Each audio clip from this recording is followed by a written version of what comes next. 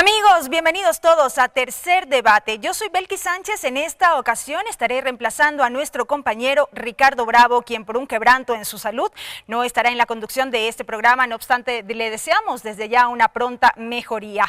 Hoy en Tercer Debate nuestra discusión girará en torno al proyecto de ley para la erradicación de la violencia contra las mujeres, un tema que marca la agenda legislativa en la Asamblea Nacional. Iniciamos.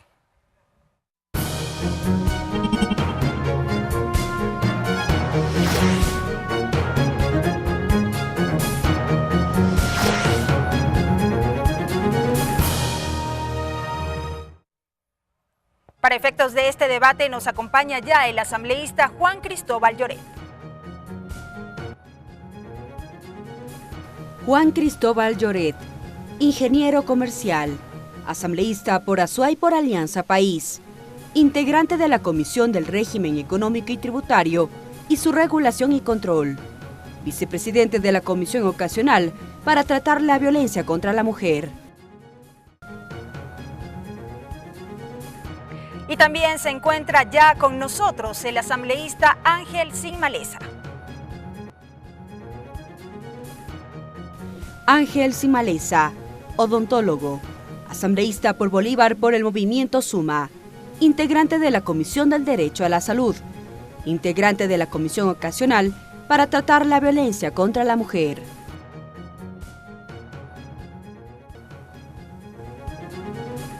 Este martes en la Asamblea Nacional se cumplió la segunda jornada de discusión del proyecto de ley para erradicar la violencia contra las mujeres.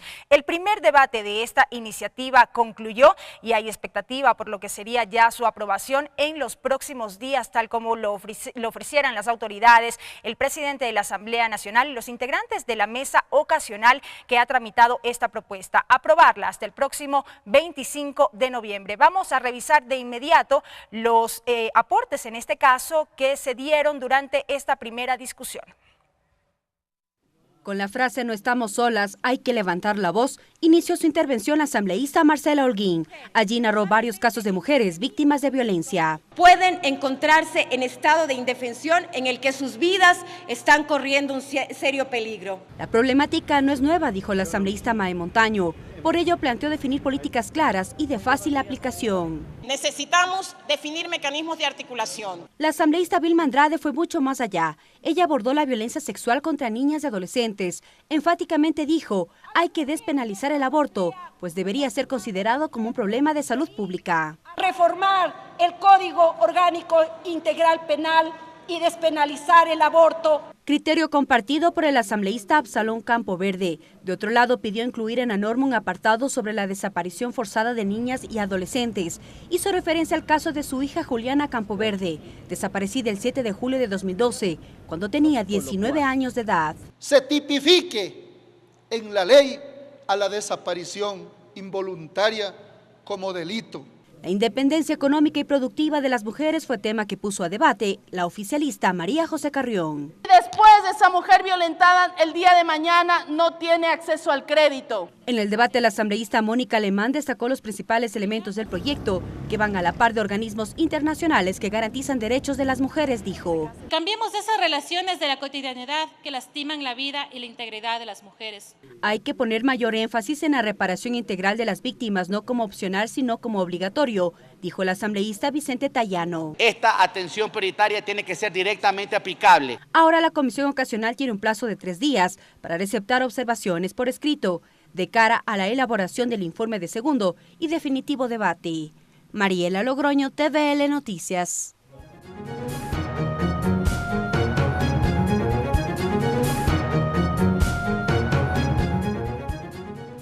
Bien, iniciamos de inmediato con este programa, no sin antes dando la más cordial bienvenida a nuestros asambleístas, el asambleísta Juan Cristóbal Lloret. Qué gusto tenerlo con nosotros. Muchas gracias, un cordial saludo. Un saludo también para la directa audiencia que nos sigue a través de los medios digitales, los medios legislativos. No puedo dejar de saludar a nuestro colega, a Ángel, con el cual hemos tenido la posibilidad de compartir un amplio debate sobre esta ley de manera particular. Saludos también para usted, Betty. Bienvenido nuevamente, asambleísta, y lo propio para usted, asambleísta Ángel Simalesa. Saludarles a todos ustedes, amigos, decirles que nos encontramos en este debate muy importante para todas las mujeres y para toda la familia. Correcto, y vamos a iniciar de inmediato. De entrada, cuando hablamos de este proyecto de ley, el impacto que ha tenido, esta recepción por parte de la ciudadanía, los aportes que ustedes han podido recabar, no podemos dejar de preguntar qué es lo que motiva a hablar de una ley en especial que tiene que ver con la violencia contra las mujeres. Asambleísta Lloret. Con respecto a su inquietud, yo creo que hay que mirar cuál ha sido la problemática que tenemos en una sociedad. Venimos de una sociedad patriarcal, con rasgos y sesgos machistas, sexistas, que se han venido traspasando de generación en generación. Pero hemos llegado a un momento tan complejo, tan complicado en nuestra sociedad, que los factores de violencia hacia la mujer han tomado dimensiones que para mí son totalmente desproporcionadas y que nos tienen que llamar a la reflexión y sobre todo a la alerta. Cuando ponemos en estadísticas frías y duras, vemos que 6 de cada 10 mujeres ha sufrido algún tipo de violencia, ya sea física, sexual, psicológica. Estamos hablando de alrededor de 3.400.000 mujeres que han sufrido algún tipo de violencia. Y eso que hablamos de una estadística que data del 2010, 2011, por ahí cuando se realizó esta encuesta nacional. No hay un dato actualizado. Y no tenemos un dato actualizado, pero sí tenemos proyecciones. Cuando miramos, por ejemplo, en las estadísticas del Ministerio de Justicia, que alrededor de 60 mujeres han sido víctimas de femicidio en los primeros 6 meses del año.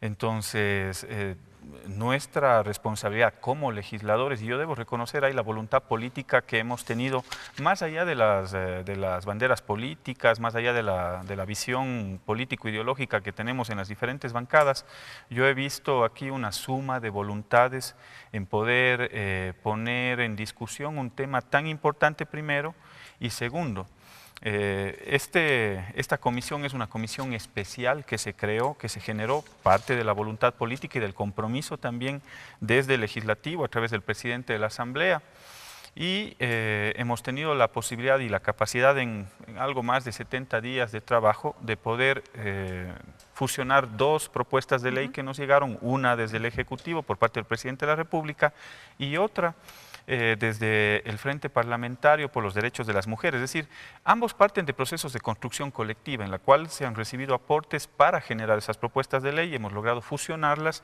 y ahora estamos en un momento clave, crucial y final en el cual se tienen que recibir los últimos aportes para poderlo incluir en un segundo debate y poder aprobar esta ley. Correcto, gracias asambleísta Lloret, asambleísta Sin Maleza. También una primera mirada ya para adentrarnos al contenido de la norma. Bueno, efectivamente esta ley obedece a esa preocupación histórica que han tenido las mujeres. Los indicadores que nosotros tenemos en el país aún son bajos porque creemos que existe un subregistro. Por naturaleza, nuestra mujer en el campo. Yo vengo de una provincia en donde el campesinado es preponderante, constituye un espacio grande dentro del territorio y tenemos factores socioculturales en los cuales no permiten que los registros sean los que realmente deben ser, ¿no? Entonces, esto constituye para nosotros una temática que tiene que ser abordada. Pensar en un registro que desde ya estamos viendo que es numeroso, que es muy significativo y que causa alerta a toda la sociedad. Y también pensar en un subregistro que no, de acuerdo a nuestro criterio, no ha sido denunciado. Vengo de un sector rural que trabajo para el Ministerio de Salud Pública y desde ese punto de vista es mi apreciación, porque conozco que los sectores del campo, por su cultura, por su tradición, no se atreven a poner una denuncia cuando han sido víctimas de violencia. Y esto sin duda representa también un problema porque es un sector realmente invisibilizado. Son sectores invisibilizados, son sectores a los que la ley tiene que apuntar, ir más allá de un contenido. Ir más allá de un texto, de un contenido, más allá de un texto de una ley. Es lo que nosotros pensamos que es una obligación no solamente de los asambleístas, es una obligación de los medios de comunicación, es una obligación de la sociedad en general, de las autoridades, de todo nivel, porque tenemos que apuntar a un cambio cultural. Correcto. Vamos a hablar ahora sí del contenido de esta norma, antes también de lo que será ya la discusión en torno a los aportes que ustedes han podido escuchar. ¿Cuáles son aquellos elementos, mecanismos que establece este proyecto de ley para la protección de los derechos de las mujeres, para evitar o prevenir que estos casos de violencia no sigan ocurriendo? Sí, gracias Betty por... Belkis. Belkis, te presentaron como Betty. Belki, bueno, nosotros estamos planteando la articulación de todo un sistema. En ese sistema están incorporadas no solo instituciones que corresponden al Ejecutivo, sino también instituciones que corresponden a otras funciones del Estado, como la función judicial, la Asamblea Nacional. Dentro de este fortalecimiento de este sistema, lo que buscamos es trabajar en 4 ámbitos que tienen completa interrelación, que es el ámbito de la prevención, es el ámbito de la atención, de la protección y de la reparación hacia la víctima, que yo creo que son elementos fundamentales. Esta ley lo que busca es erradicar. El objetivo fundamental de esta ley es erradicar cualquier tipo de violencia contra las mujeres. Yo creo que es un punto inicial, un punto de partida fundamental el que puedas tener un marco jurídico con las normativas y un sistema en el cual te pueda articular acciones, interacciones entre cada una de las, no solo de las funciones del Estado, sino de las diferentes carteras de Estado, y que también vincula a los gobiernos locales, a los gobiernos autónomos descentralizados. En la ley se establece cuáles son las acciones, cuáles son las competencias y cuáles son los mecanismos que tiene cada una de estas instituciones para poder trabajar este tema de manera transversal.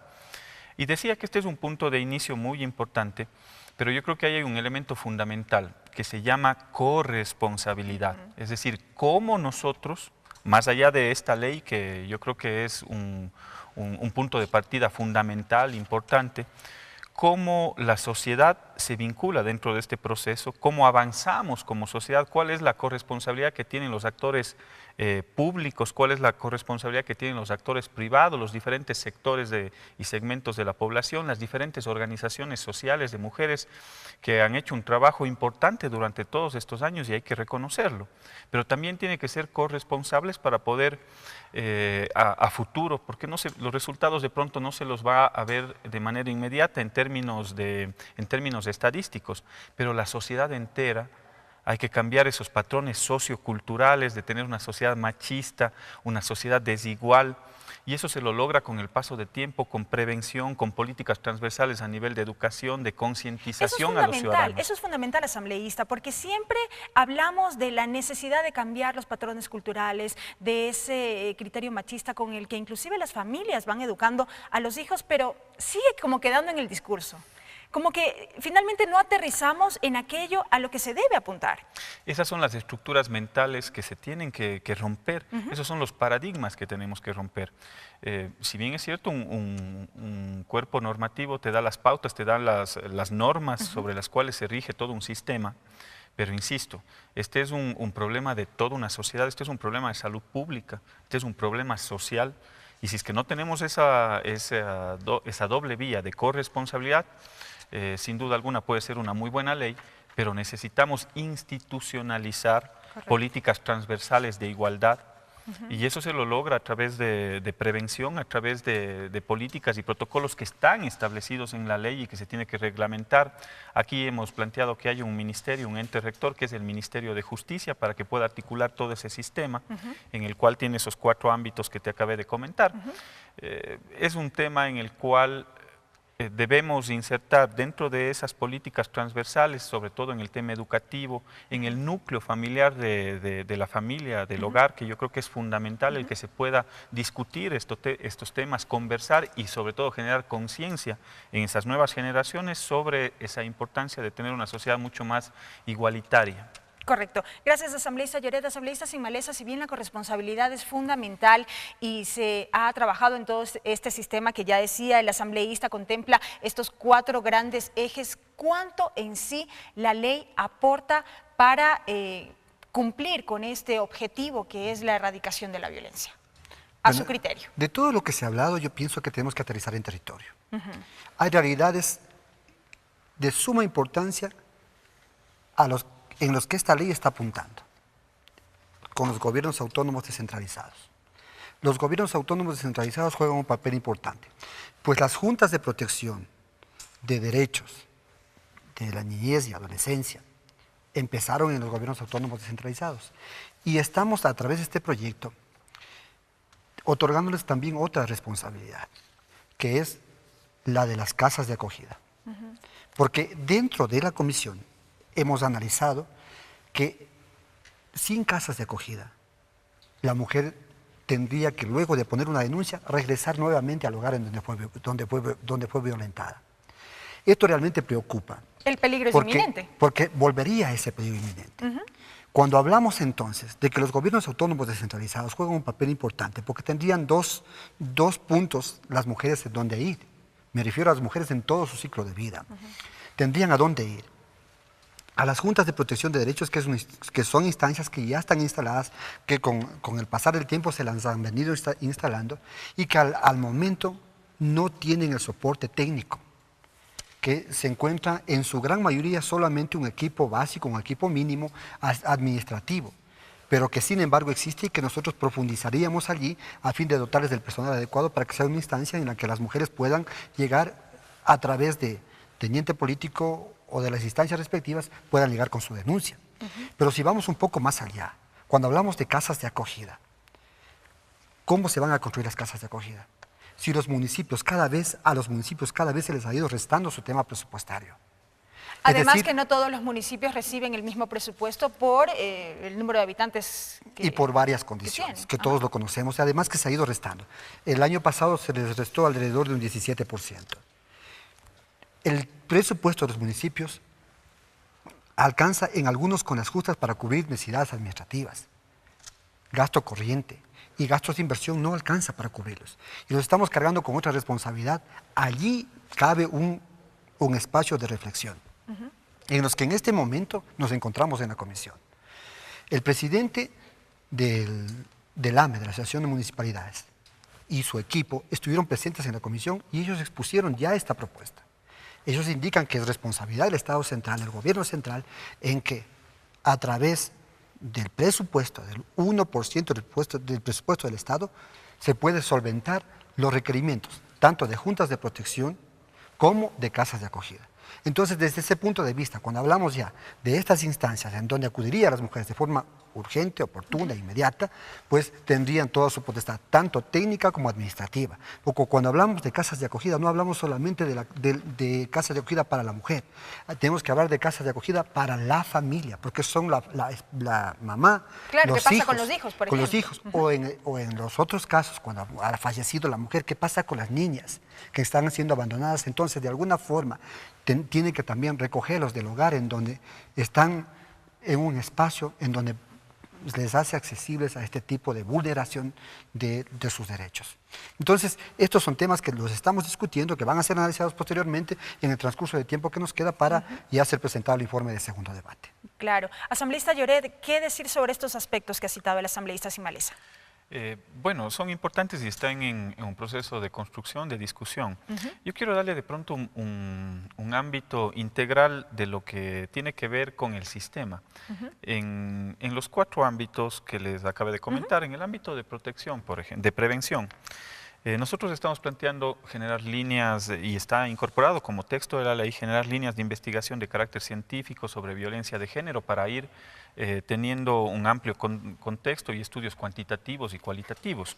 Estamos, por ejemplo, planteando dentro de la ley implementar programas de reeducación a personas agresoras.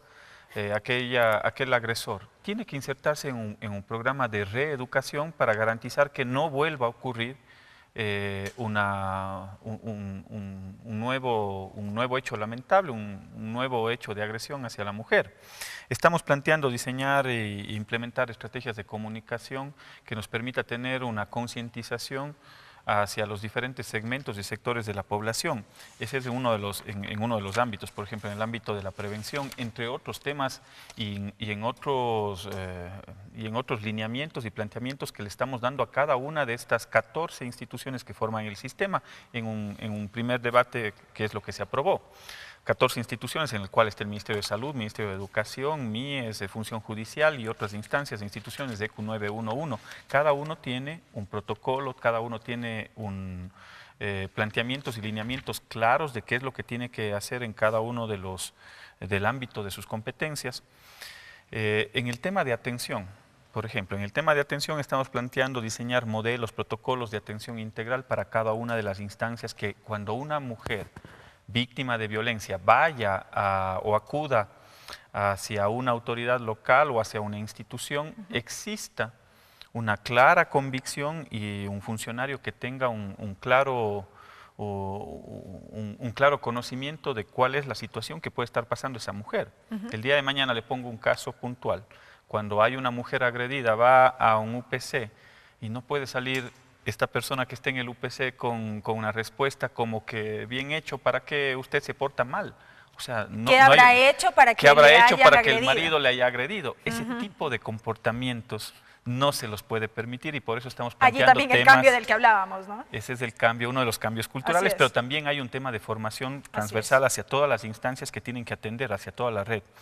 En el tema de protección estamos planteando medidas como la instalación de dispositivos de alerta, si es que esa víctima está siendo o tiene un potencial riesgo, disponer la inserción de la víctima y de sus dependientes en casas de acogida, que era lo que planteaba el asambleísta Simalesa, seguimiento para verificar la rectificación de las conductas de ese agresor. Y ahí yo me quiero plantear en el tema de la protección que usted me consultaba. Yo creo que aquí necesitamos avanzar un poco más en el sentido de la corresponsabilidad de las autoridades locales, porque este es un problema social y la corresponsabilidad tiene que venir también de esas instancias locales.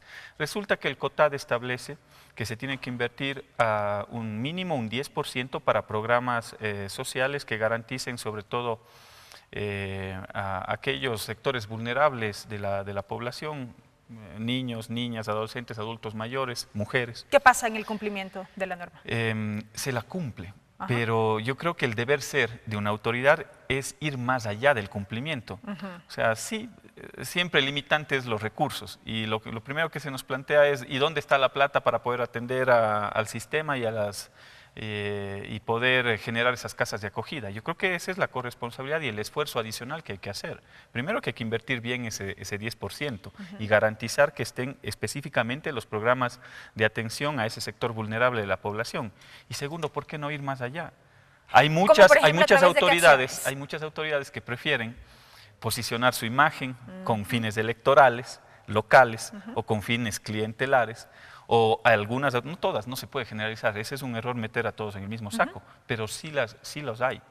Hay autoridades que son responsables y efectivamente cumplen con estos parámetros, pero hay otras que priorizan la inversión pública en obras de infraestructura física, de cemento, que no digo que esté mal, pero yo creo que aquí tenemos, y en la parte inicial de este debate, hemos planteado cuál es la situación que está pasando el país. Estamos hablando de 3.2 millones de mujeres que han sido víctimas de violencia. La prioridad 1 de las autoridades locales en ese sentido amplio de la corresponsabilidad precisamente tiene que ser ir más allá. ¿Por qué no invertir un 12, 13, 14, 15%? ¿Pero aún así los recursos serían suficientes, asambleísta?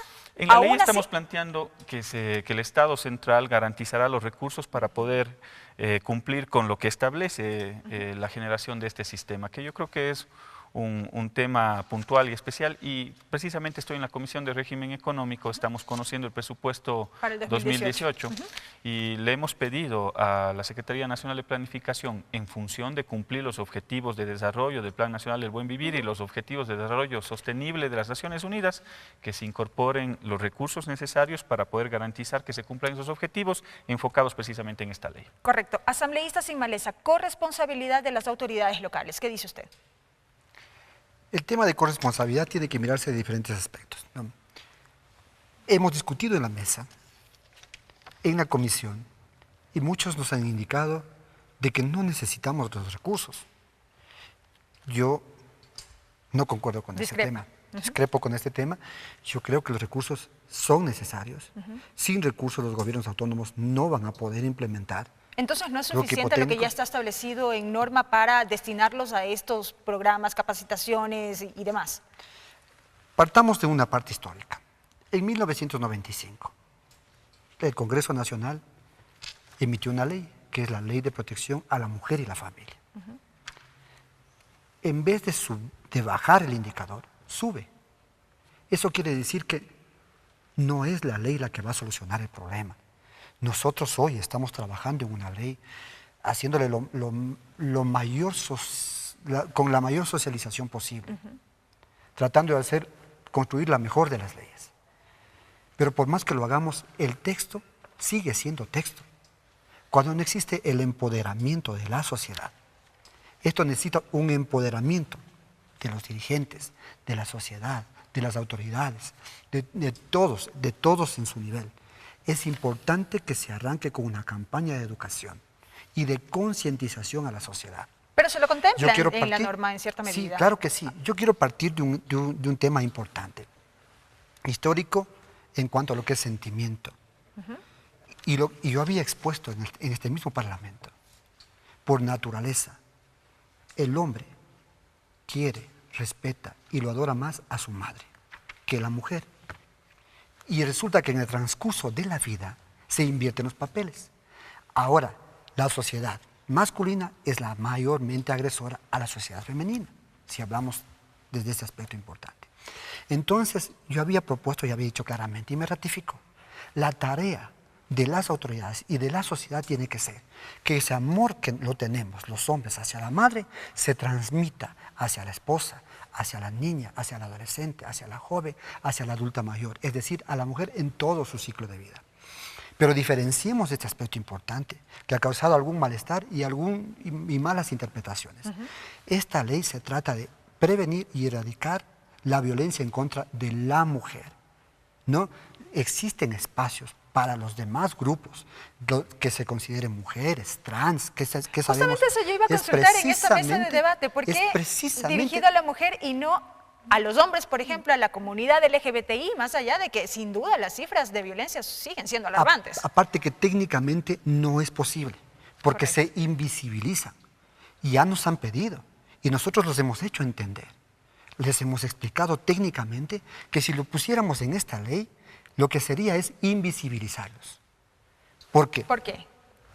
Porque es esta ley construida para la mujer. Existe ya una ley de violencia de género en donde esos grupos están inmersos. Además, la Constitución lo enuncia y está determinado. Hacer una ley más para estos grupos sería invisibilizarlos. Nosotros nos hemos comprometido posteriormente a darle un tratamiento para una ley para estos grupos, un poco más integral, un poco más enfocada, pero no es el momento de que en esta ley se los trate también los derechos que también los se deben y que los tienen que tener estos grupos LGBTI y grupos, todas las personas que se encuentran en los grupos LGBTI. Esta ley es para la mujer en todo su ciclo de vida. Es el sujeto de derecho, sin duda, en este proyecto de ley. El asambleísta Juan Cristóbal Lloret querrá mencionar algo al respecto, pero vamos primero a una pausa. Al volver seguiremos con más de este debate alrededor del proyecto de ley para la erradicación de la violencia contra la mujer que, reiteramos, ahora mismo marca la agenda legislativa en la Asamblea Nacional. Expectativa por lo que será ya su aprobación. No se vayan, ya regresamos.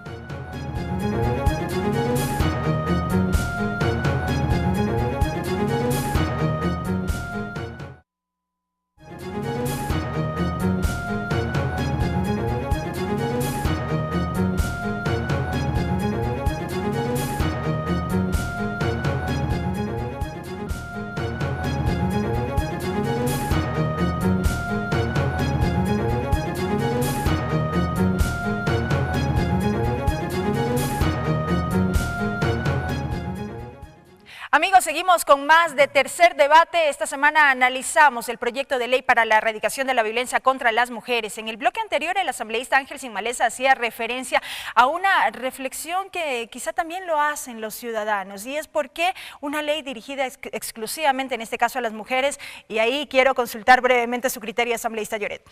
Porque lo primero que o conforme entramos en este debate, hablábamos de la incidencia que tiene, de la supremacía del hombre sobre la mujer, porque venimos de una sociedad patriarcal, con una cultura patriarcal, con una cultura de superioridad, porque las estadísticas durante todos estos años reflejan que hay un problema social, que hay un problema de salud pública con relación a esa supremacía del hombre sobre la mujer. Entonces, cuando vemos las estadísticas que no son menores, cuando sabemos que 4 de cada 10 mujeres han sido víctimas de violencia sexual, cuando vemos cómo se han incrementado esas tasas de femicidios que superan ya más de la centena de víctimas en lo que va del año, entonces efectivamente algo tenemos que hacer. Pero eso no más quiere allá decir de eso, que hay también otras realidades, que la violencia no solo se... Sí, y hay otros sectores vulnerables de la población, el caso de niños, porque las niñas también están incorporadas dentro de esta ley. Había algún debate de alguna para compañera... incluir un capítulo específico que hable sobre las niñas. El capítulo 1, si mal no estoy, el capítulo 1 de esta ley que habla del objeto, ¿cuál es el sujeto de protección de esta ley? Son las mujeres, en todo su ciclo de vida. ¿Qué entendemos por todo su ciclo de vida? Estamos entendiendo desde el nacimiento, desde las niñas, hasta las adultas mayores. Pero todo referirlo su ciclo así de vida. no lo haría muy amplio, ¿no cabe ahí un detalle, una especificidad? Es que tiene que ser integral, porque inclusive los tipos de violencia que se dan en la sociedad son diferentes. En el caso de niñas, en el caso de adolescentes, en el caso de adultos mayores, son diferentes tipos de violencia. Y aquí hemos reconocido inclusive algunos tipos de violencia. En la antigua ley, en la ley 103, había solo 3 tipos de violencia. Sexual, física, psicológica. Física, psicológica. Ahora hemos incorporado patrimonial y también hemos incorporado la violencia política y económica. Porque hay que reconocer cuáles han sido esos factores de superioridad que se han ido generando culturalmente de los hombres sobre las mujeres. Entonces, hemos tratado de darle una integralidad a esta ley, ese es el espíritu y el afán. Y es específica, sí, con respecto a las mujeres por todos los antecedentes que les acabo de comentar. Eso en términos económicos, hicimos un foro con los miembros de la comisión y invitados internacionales, Ángel recordará, en el cual había una ponencia de... no recuerdo de dónde era la ponente extranjera, que planteaba un estudio que lo hizo, por ejemplo, en Honduras, en el sentido de cuánto le cuesta al Estado un fenómeno como el que tenemos aquí en el Ecuador de 3.200.000 mujeres violentadas en términos económicos, porque esa mujer que es violentada tiene que acceder a servicios de salud. ¿Cuánto cuestan esos servicios de salud? Tiene que dejar de trabajar por X días en función de la gravedad de la lesión. Los problemas de carácter psicológico que tienen que afrontar los niños, los hijos de esa familia, también son cuantificables y son millones de dólares que gasta el Estado en función de este tema. Yo creo que lo más práctico es prevenir y no solo por un tema económico, que eso es por último uno de los factores, porque estamos poniendo en riesgo la vida de personas, de seres humanos.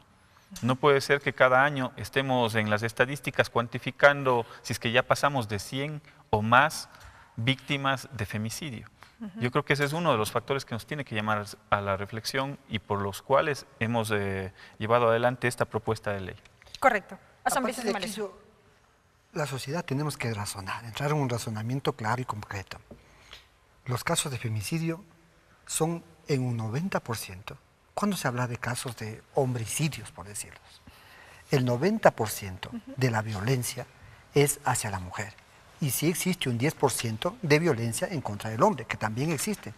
Las estadísticas lo reflejan en las comisarías de la mujer y la familia. Pero vamos un poco... Aunque quizá ahí también podría existir algún subregistro, como hablábamos en el bloque anterior, porque comentábamos fuera de cámara, quizá los hombres no se atreven a denunciar estos casos. Es un tema cultural. Yo diría por un tema cultural, por el contexto cultural. Es muy difícil que el hombre se atreva a denunciar. Porque lo típico, ¿qué es lo que le dicen? Porque eres mandarina, ¿no? Porque de pronto denuncio y se verifica que realmente eso está ocurriendo. Entonces, estos estereotipos son los que realmente hacen que exista un subregistro. Puede ser que sea mayor, pero la ley construimos para todos. La ley la construimos para todos. En este caso, estamos hablando de la defensa de los derechos de las mujeres, para disminuir pretenden disminuir la tramitología, hacerle más accesible, más rápido, más oportuno los accesos de la justicia para conocer los casos de violencia.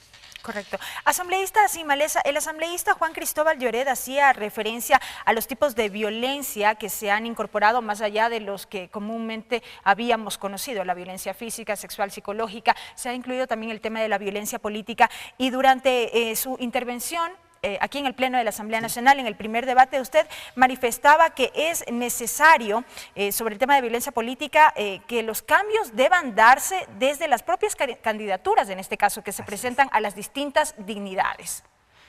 Y me ratifico en aquello, porque hay que ser coherentes desde la estructura, desde donde nos enunciamos. Si estamos construyendo una ley, tiene que ser para todas, ¿no? Si el tema en participación, en ubicación de la lista, para que podamos entenderlo fácilmente, hombre, mujer, se lo hace en las candidaturas para concejales, juntas parroquiales. ¿Por qué no se lo está haciendo en las candidaturas presidenciales, en las candidaturas de las prefecturas? ¿No? Entonces, ustedes han visto, estimados ciudadanos, nos darán la razón, que ha existido presidente, vicepresidente. Actualmente, presidente, vicepresidente. Entonces, ¿por qué esa paridad no se la está respetando? ¿Por qué nosotros desde este espacio estamos permitiendo que sea como una opción? Porque la ley sí lo dice, pero le deja como opción. Y lo que han hecho hábilmente los partidos políticos es poner hombre, claro, de acuerdo. Es un problema que parte desde la propia organización política. De parte de su propia organización política. Pero vayamos un poco más allá. ¿Cuáles son las funciones que tienen las mujeres? De ganar ese espacio, aunque sea en un segundo lugar. ¿Cuáles son los espacios que se los está dando? No existen los espacios que realmente los correspondan como para poder hacer un papel importante, como para poder difundir esa actividad. ¿Pero cómo regular eso, asambleísta Simalesa? Que sea determinante, que sea claro. Hay que reformar el Código de la Democracia y que sea determinante. Pero en la práctica, ¿cómo hombre, sería, mujer entonces? o mujer, hombre. Determinante. Tiene que ser determinante. Yo pienso que tiene que ser determinante, porque si hablamos del principal respeto a la mujer, tenemos que empezar a disminuir la violencia política desde ese punto de vista. Correcto. ¿No? Entonces, ese es un tema que lo tenemos que revisar y tenemos que ir impulsando desde todos los espacios. Correcto. Asambleísta Lloret, ¿qué dice usted sobre este punto?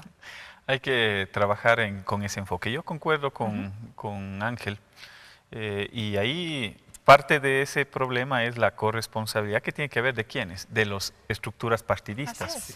Los partidos políticos muchas de las veces nos hemos fijado en la posibilidad de generar cuadros políticos, principalmente hombres, cuando muchas de las potencialidades que tenemos en los ámbitos locales, y hay que generar oportunidades dentro de las organizaciones políticas precisamente para que las mujeres sean quienes asuman papeles trascendentales, fundamentales dentro de las organizaciones políticas. En nuestro caso, Movimiento Alianza País la preside una mujer. Hemos dado muestras importantes, significativas. Por ejemplo, en el Código de la Democracia y en la misma Constitución se establece la posibilidad de esa paridad. Si vemos qué es lo que teníamos hace 10, 15 años atrás, mayoritariamente aquí en este Pleno de la Asamblea Nacional teníamos asambleístas varones, hombres. Logramos incorporar ya algunos mecanismos, algunas reformas que nos plantea la alternabilidad. Para inscribir una lista, según el Código de la Democracia, tiene que haber esa alternabilidad. Pero hay casos como los que plantea Ángel. Presidente, vicepresidente, 2 varones. ¿Por qué no presidenta mujer, vicepresidente hombre? Entonces, sí hay que avanzar. Esa es parte de la corresponsabilidad que les acaba de decir. Así es. O sea, una ley, el espíritu de la ley y la normativa que está propuesta, sin duda es un punto importantísimo de partida, porque es el marco jurídico. Pero, insisto, si queremos cambiar esta sociedad, necesitamos cambiar esos patrones socioculturales y empieza desde el hogar, que es la principal o la primera institución que tenemos, que es nuestra familia, en el ámbito laboral, el ambiente de trabajo, esas políticas laborales, esas políticas que vinculen a tener una paridad, una igualdad, igualdad de oportunidades. No puede haber una diferenciación en el salario, inclusive, y en muchos casos se los da. No, porque es mujer, no le vamos a pagar. En Ecuador, sino es a nivel Y eso es parte global de la violencia económica que nosotros estamos planteando. No puede haber esa diferenciación. Ahora, permíteme cortarte. Hay un tema aquí que hay que rescatarlo. debemos también analizar el tema de la violencia de la mujer en contra de la mujer. Si es bien cierto que permitimos que esto ocurra, porque todos somos parte de este contexto, y hemos permitido, puede ser que no sea una responsabilidad de los partidos políticos, sino más bien de la falta de participación y de acción, de activismo de las mujeres, en cuanto a la violencia política me refiero. Porque cuando existen candidatas mujeres, allí está el práctico ejemplo de los municipios, han habido candidatas mujeres, y si el universo en este país es mayoritariamente mujer, ni las mujeres creen en las mujeres. Entonces, desde esa parte, desde ese empoderamiento de creer en su compañera mujer, les hace falta también a las mujeres.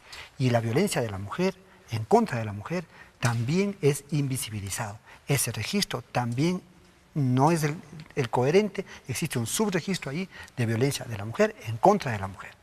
Correcto. Asambleístas, dejemos este punto para brevemente pasar revista a lo que han sido los aportes que ustedes que integran la Comisión Ocasional han podido recibir, tanto aquí en el Pleno de la Asamblea Nacional cuanto al interior de la Comisión. Han recibido en las jornadas de socialización una serie de observaciones a esta propuesta. Aquí en el Pleno, por ejemplo, hemos visto durante este primer debate planteamientos como lo que decíamos, incluir un capítulo específico sobre las niñas. Se hablaba también inclusive de la despenalización del aborto en casos de violación. En el debate reciente pudimos escuchar el testimonio de una asambleísta cuya hija se encuentra desaparecida desde el año 2012 y él hablaba por qué no incluir también aspectos que tengan que ver con la desaparición forzada de mujeres. Un poco analizar todos estos elementos que ustedes han podido recibir.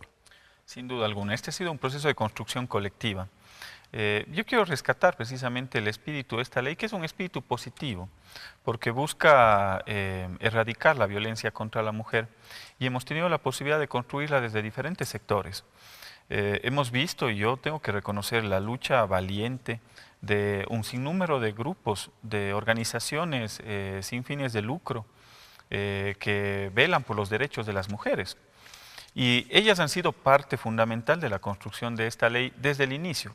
El Frente Parlamentario que presentó una propuesta de ley que busca el Grupo Parlamentario por los Derechos de las Mujeres partió de un proceso de construcción colectiva, se incorporaron muchos de los criterios de diferentes organizaciones y salió un muy buen elemento, un muy buen primer elemento.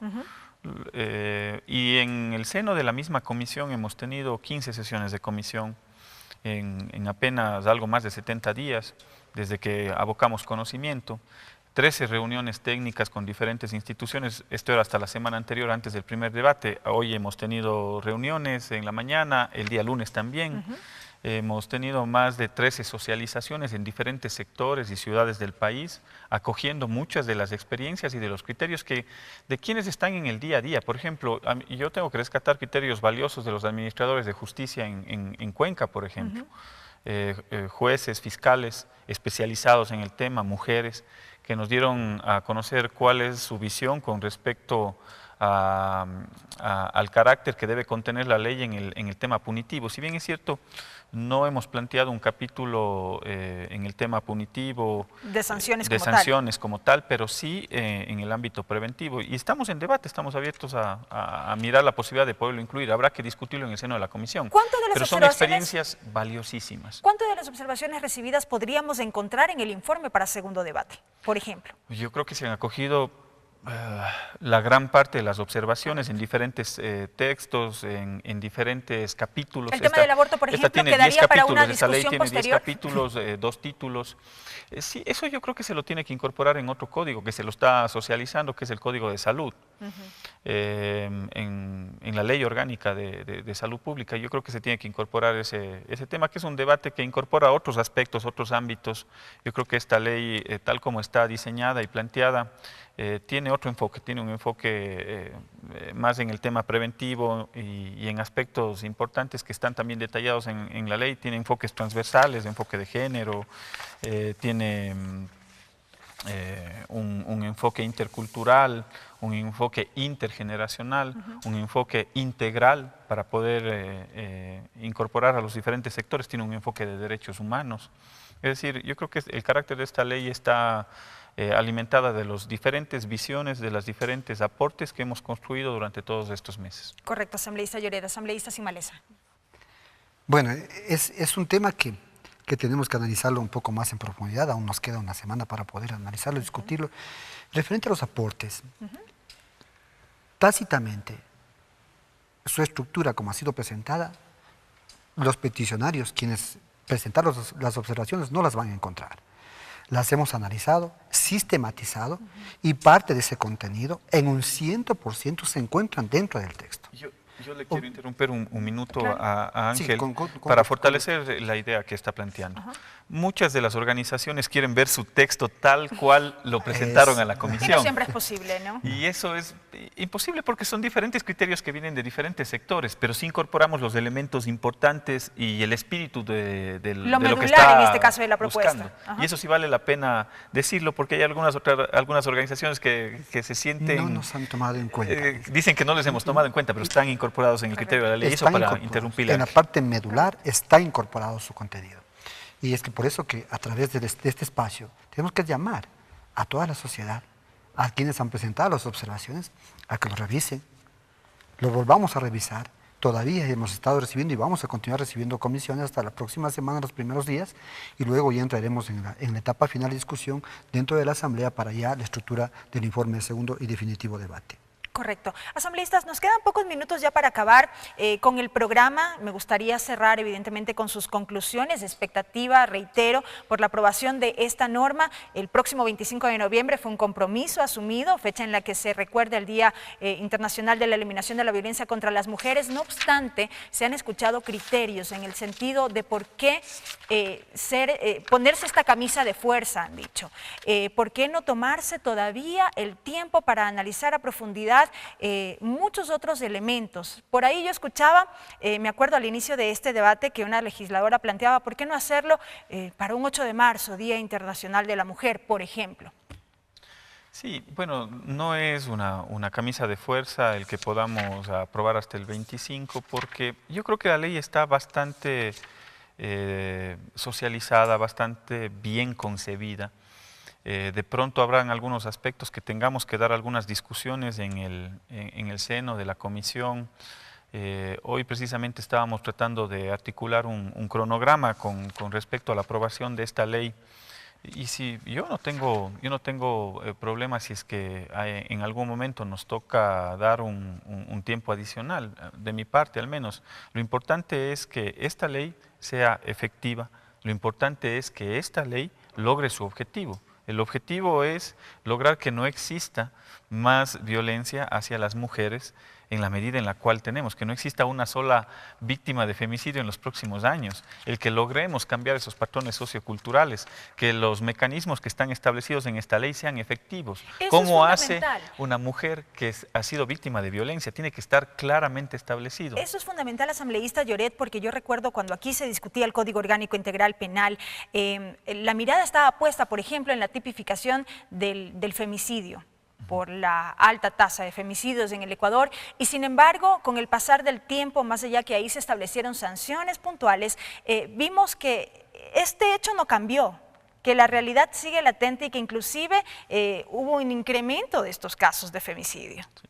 Yo creo que la incorporación en el COIP del femicidio como una figura penal es importante, sin duda es importante, pero yo creo que tan importante es el sistema que nosotros estamos diseñando, que ese sistema funcione eficazmente, que una mujer que es víctima de violencia tenga un espacio al cual acudir, en el cual le den medidas administrativas inmediatas, que pueda pasar a una casa de acogida, que esa casa de acogida tenga un sistema integral de tratamiento, que haya un proceso de reeducación al agresor, que los niños tengan asegurados cupos y un modelo educativo y un tratamiento psicológico, que si es que es necesario judicializar ese caso, o si es que la víctima necesita judicializar ese caso, que existe una atención oportuna de parte de los administradores de justicia, que al final tengan o haya elementos de parte de los jueces que busquen reparar integralmente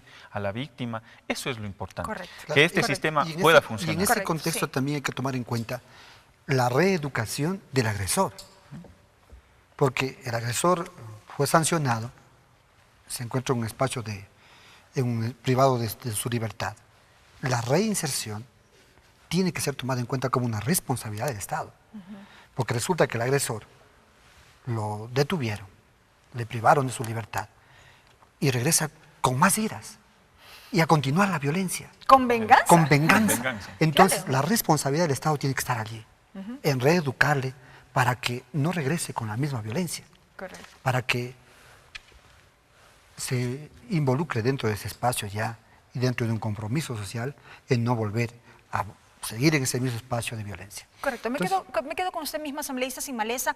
Una breve reflexión sobre los plazos, en este caso, para la aprobación de la ley.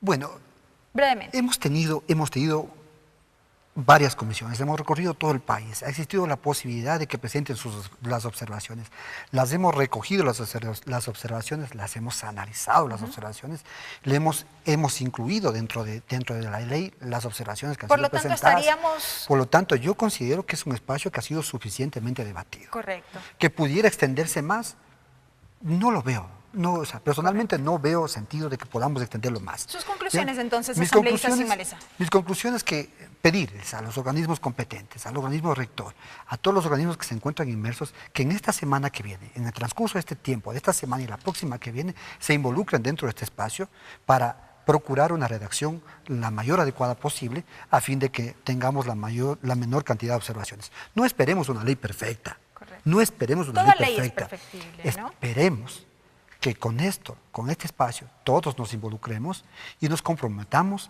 a hacer un cambio cultural. Cada quien en su casa, en su hogar, con sus hijos, hijas, con toda la familia, somos este espacio que el país necesita. Correcto. Gracias, asambleísta Sin Maleza. Asambleísta Lloret, sus conclusiones, 30 segundos. 30 segundos, rapidísimo. Miren, yo creo que es importante lo que hemos avanzado, lo que hemos hecho durante estas semanas. Sin embargo, yo creo que esta ley tiene que ser válida para los próximos 10, 15, 20 y 30 años y tiene que ser un punto de partida inclusive para que las autoridades locales empiecen a generar ordenanzas en función de esta ley para hacer un modelo complementario a nivel legal, a nivel de ordenanzas. Y quiero terminar con una pequeña frase nada más. Claro que sí. De Elie Wiesel, que era un premio Nobel de la Paz en 1986, fue uno de los sobrevivientes del Holocausto nazi, que decía que ante las atrocidades debemos de tomar partido, porque el silencio únicamente estimula al verdugo, y el partido que tenemos que tomar es a favor de una ley que busca tener una sociedad mucho más igualitaria. Correcto. Y con estas reflexiones nos quedamos. Gracias a su presencia, asambleísta Juan Cristóbal Lloret, asambleísta Ángel Sin Maleza, por habernos acompañado. Este ha sido el análisis alrededor del proyecto de ley para la erradicación de la violencia contra la mujer. La Comisión Ocasional que tramita esta propuesta tendrá días intensos en esta siguiente semana, en el sentido que tendrá que preparar ya el informe para el segundo y definitivo debate de esta propuesta. Amigos, gracias por haber estado con nosotros. Yo soy Belkis Sánchez. Hasta una próxima ocasión.